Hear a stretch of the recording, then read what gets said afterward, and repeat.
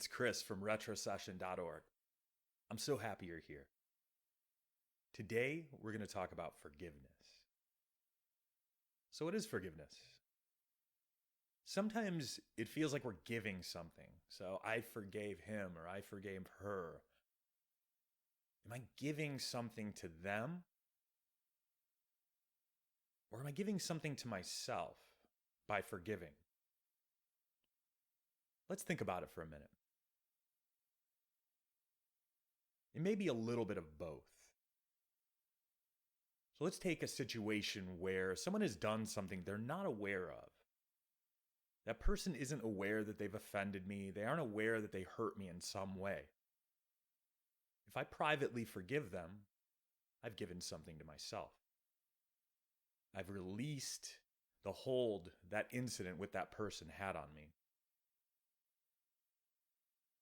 Now, if someone did something to me, they're aware of it, they understand my displeasure, or maybe they just have guilt over it, and I offer my forgiveness to them directly, that also offers something to them. So far, forgiveness could benefit me, could be something I'm offering to myself, releasing the weight, carrying around the burden of displeasure, of unhappiness, even hatred.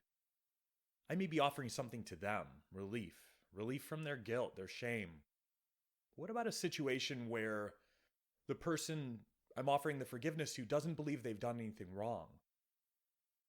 I think in that situation, we're still offering something to ourselves. We're still releasing the hold that an incident, a series of incidents, or even just a long-term relationship had on us. We're letting go. It frees us. We're releasing a burden. Now, in the case that the person, let's just say, dislikes me or hates me, they have a lot of animosity toward me. That forgiveness may even stir them up further. It may trigger them. Often this is because they have some programming that tells them that they're supposed to be angry with you, whether it's you directly or because of an incident from when they were younger. They know that they're supposed to hate you, to feel dislike for you, so your forgiveness makes it hard. Almost everybody, if they have a conscience, they have a heart, is going to be moved by forgiveness, especially if it isn't deserved. And so being moved in that way creates a problem for the person who's being forgiven. So we could look at it as a negative for that person, potentially. From their perspective, it certainly is. Their anger has increased. It's like when I worked in retail management. I told other employees, other managers to send angry customers to me. Now, this wasn't necessarily entirely pure motive. I have a way of being able to diffuse situations, certainly. But I also knew a habit of mine, at least from the past. In the past, escalation, as people brought it up, as the anger came on, I went the opposite direction. And sometimes, maybe not a majority of the time, but sometimes, those angry customers were furious at me because I wouldn't react. I wouldn't give them what they were looking for, a reaction. So, forgiveness can be a benefit to me. Forgiveness can be a benefit to the other, but at least from their perspective, forgiveness may be a negative. So let's take it back to me. Let's say that I haven't forgiven someone. I'm carrying around the weight of my displeasure, my unhappiness, my hatred. It's heavy. Now, it doesn't have to be at the surface. I don't have to be conscious of it at all times, but it's affecting me. I have resistance to that person. I have resistance to the way things are. So much of the spiritual path is about letting go. Holding on, the opposite, can definitely take us in the opposite direction. The more attached I am to my emotions, the more attached I am to my reactions, especially, the less I'm really present with what is. So, what is? My emotions are part of what is. I'm not saying that we deny our emotions. I'm not saying we deny the displeasure we feel with another person. We acknowledge it the same way we would acknowledge somebody else's displeasure with us when we're having a good day and at our best. But the same way we would acknowledge somebody else's displeasure with us, we can acknowledge that for ourselves. We're not pushing away emotions. We're not denying them. We're not bypassing them. We're acknowledging them for what they are. My personal goal for myself, but also for those who participate in retro session with me, my personal goal is to be 100% My personal goal is to be 100% present with those emotions, that displeasure, that anger. But that's it. It stops there. There's a research study that said the initial spark of emotion lasts about 90 seconds. Everything else after that is triggered, or in some sense unnecessary. Now, we're not always conscious of these triggers, so we can't say that these things are a choice, because they're not. We have programming that starts to run sometimes when emotions are brought up. So we certainly can't always stop it until we get rid of the programming. So the emotion comes up, but what then? Well, if we're not triggered, if we either don't have programming in the first place, or if we've eliminated it through retrosession, we look at the situation calmly. We feel the emotion. We now have that beautiful tools for dealing with these situations. Our reason, our mind, our intellect. We can decide what we're going to do. Real autonomy. So I feel the emotion, I decide what to do, and then I do it. I'm not necessarily reacting because of what I think somebody else wants me to do.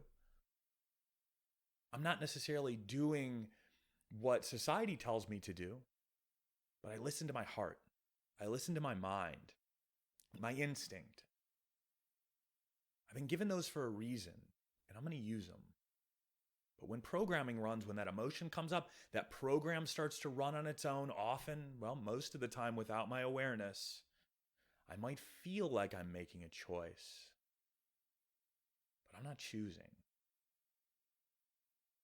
So back to forgiveness.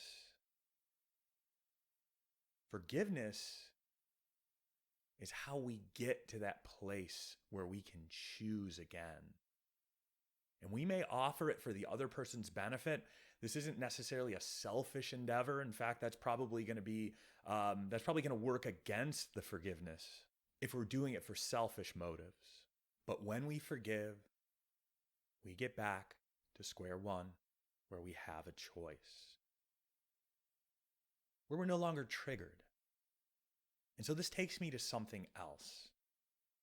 I think some of you may be concerned, if I forgive, if I forget, what's going to happen then? If this person is actually a problem, if this person is putting me in danger, if this person has taken away my autonomy in the past, if they're abusive, hateful, dangerous even. So what do I do then? Well, we've covered a little bit of it. We have instinct. Instinct can tell us to stay away. We don't need resentment to keep ourselves safe. Our reason can tell us to stay away. We can look at the situation coolly, calmly, and decide, that's not a situation I want to be in. I'm not going to be in it. I'm going to extract myself.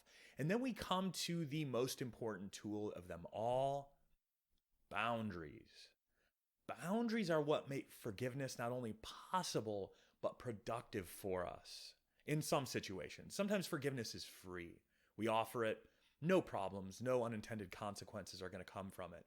But sometimes when someone's dangerous, a problem, someone takes our peace, we can forgive, but we put up strong boundaries. And sometimes not putting up those boundaries makes forgiveness dangerous. So we're going to have to carry on the weight of that. We're not going to use our reason. We're not going to use our instinct. We're going to have to use that good old programming that takes away choice.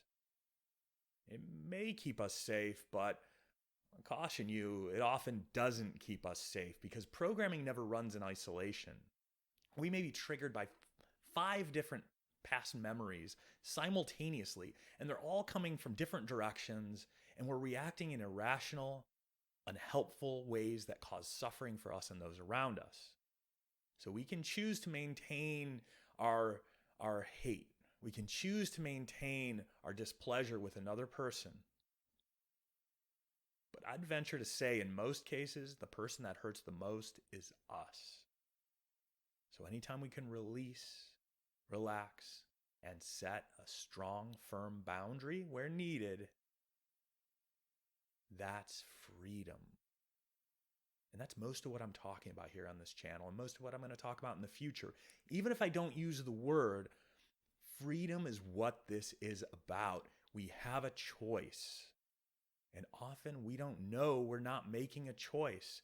We're reacting and reacting and reacting. So if you'd like to learn more, pick up a copy of my free ebook, Retrocession Works. Break free from the cycles that keep you stuck, including resentment, hatred, anger. Give it a read. You can connect via social media or through the chat box at retrocession.org. I'd love to hear from you. And also check out my new podcast, Step into Bliss. Today's episode is about forgiveness. It's a guided meditation for forgiveness. I'd love for you to join me there. Have a beautiful day.